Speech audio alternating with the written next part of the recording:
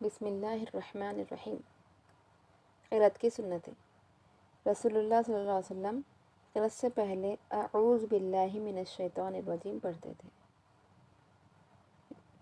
رسول اللہ صلی اللہ علیہ وسلم ہر رکعت کے شروع میں بسم اللہ الرحمن الرحیم پڑھتے تھے۔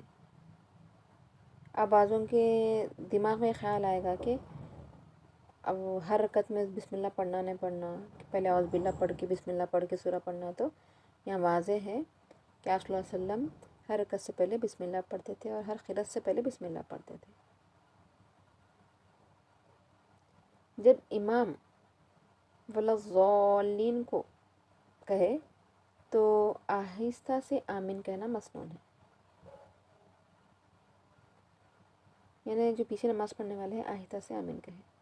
فجر اور ظہر کی نماز میں طوال مفصل یعنی سورہ حجرات سے سورہ بروج تک، طوال مفصل بولتے ہیں لمبی صورتوں کو، تو فجر اور ظہر میں آپ صلی اللہ علیہ وسلم لمبی صورتیں پڑھتے تھے۔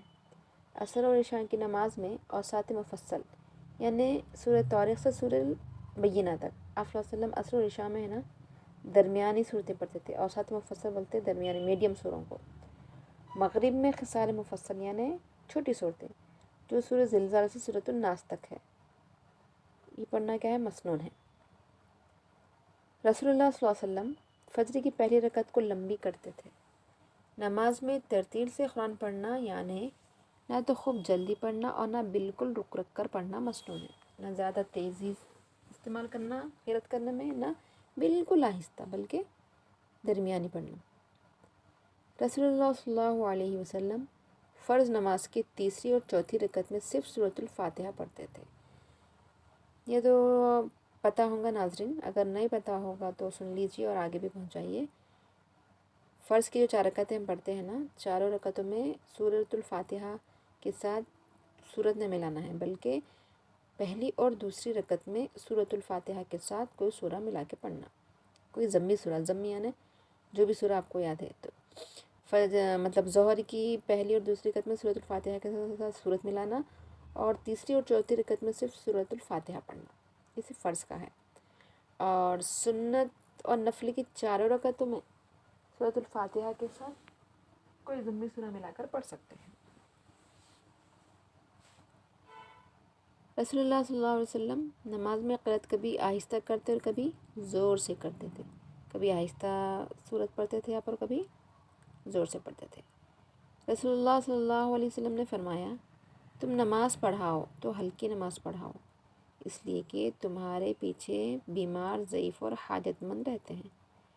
یعنی آپ نے تاکید کی ہے کہ جب نماز پڑھائے تو ہلکی پڑھانا، ہلکی پڑھانے سے مراد لمبی لمبی صورتیں نہیں پڑھانا، لوگوں کا خیال کرتے ہوئے، وقت کی نزاکت کو دیکھتے ہوئے میڈیم سورہ پڑھانا، کیونکہ اگر کوئی بیمار پیچھے ہیں یا کوئی ضعیف ہیں تو ان کو اتنا زیادہ ٹھہرنا بہت گراں گزرے گا، اس لیے وہ خیال کر کے نماز پڑھانا۔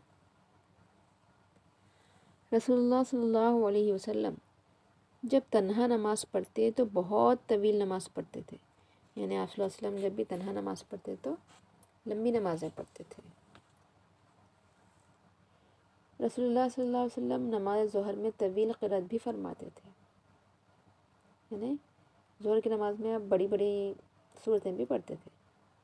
رسول اللہ صلی اللہ علیہ وسلم جمعہ و عیدین کے علاوہ دوسری تمام نمازوں میں سورت متعین کر کے نہیں پڑھا کرتے تھے، یعنی آپ صلی اللہ علیہ وسلم کبھی بھی عیدین میں اور جمعہ میں کوئی سورت مختص کر کے نہیں پڑھاتے تھے۔ رسول اللہ صلی اللہ علیہ وسلم نوافل میں ایک ایک رکعت میں 2 صورتیں بھی پڑھ لیتے تھے، یعنی نفل نماز کی ایک رکعت میں 2 صورتیں بھی پڑھتے تھے۔ یہ ہے نماز کا طریقہ، تو اچھے سے اس کو ازبر کر لیجئے۔